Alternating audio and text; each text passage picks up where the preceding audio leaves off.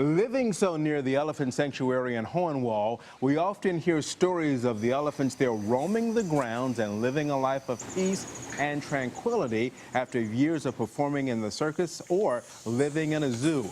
Most of the animals there have similar backgrounds, but one elephant in particular was chosen to have her remarkable story told to the world.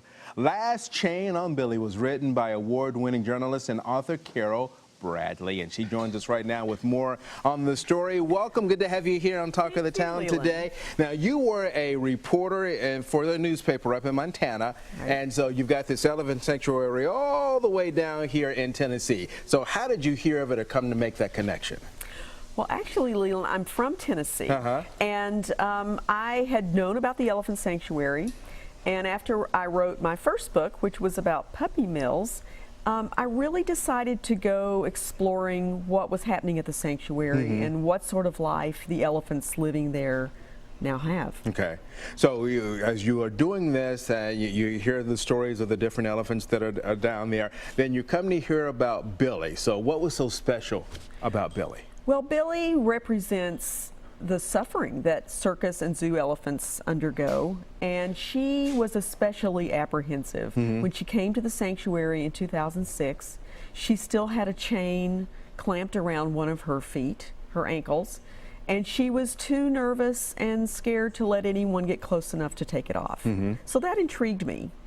And I guess, what was the process? How long did it take them, the staff there to finally, I guess, gain her confidence to allow them to remove that chain? Well, she had been at the sanctuary 5 years, and she was still dragging around this chain.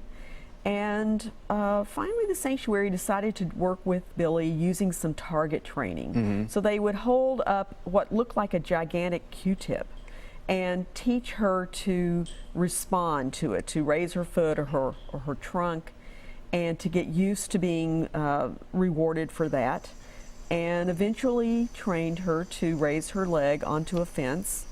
And one day in 2011, she let them cut that chain off. Wow. And so that's the story that you tell in the book. Yes. If you will, how is the experience of Billie, I guess, similar to that of other animals, especially other elephants that were a part of the circus?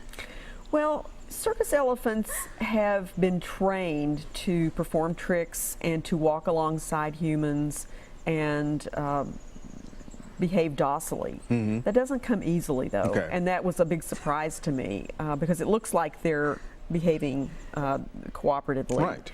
But in fact, it's not a very fun existence for elephants. They undergo quite a bit of abuse. And so for the sanctuary to offer these elephants a chance to return to nature is just a wonderful, magical thing.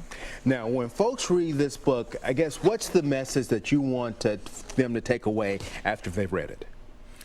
Well, I think we've learned so much about elephants now. We know how intelligent they are. We know how sensitive they are. I think we need to question whether it's worth putting the elephants through the training they undergo to perform in a circus and travel with a circus. It's much more fascinating to watch them on one of the sanctuary's Ellie cams, where you can see them out in nature doing what elephants naturally do. I think it's time to retire all elephants from circuses and let them all lead the kind of life that Billie now gets to lead. Fantastic. Well, thank you very much for being with us today. Now, Carol will be speaking on the book and taking questions at the Elephant Sanctuary's Welcome Center tomorrow afternoon at 3 o'clock. Last Chain on Billie is available wherever books are sold.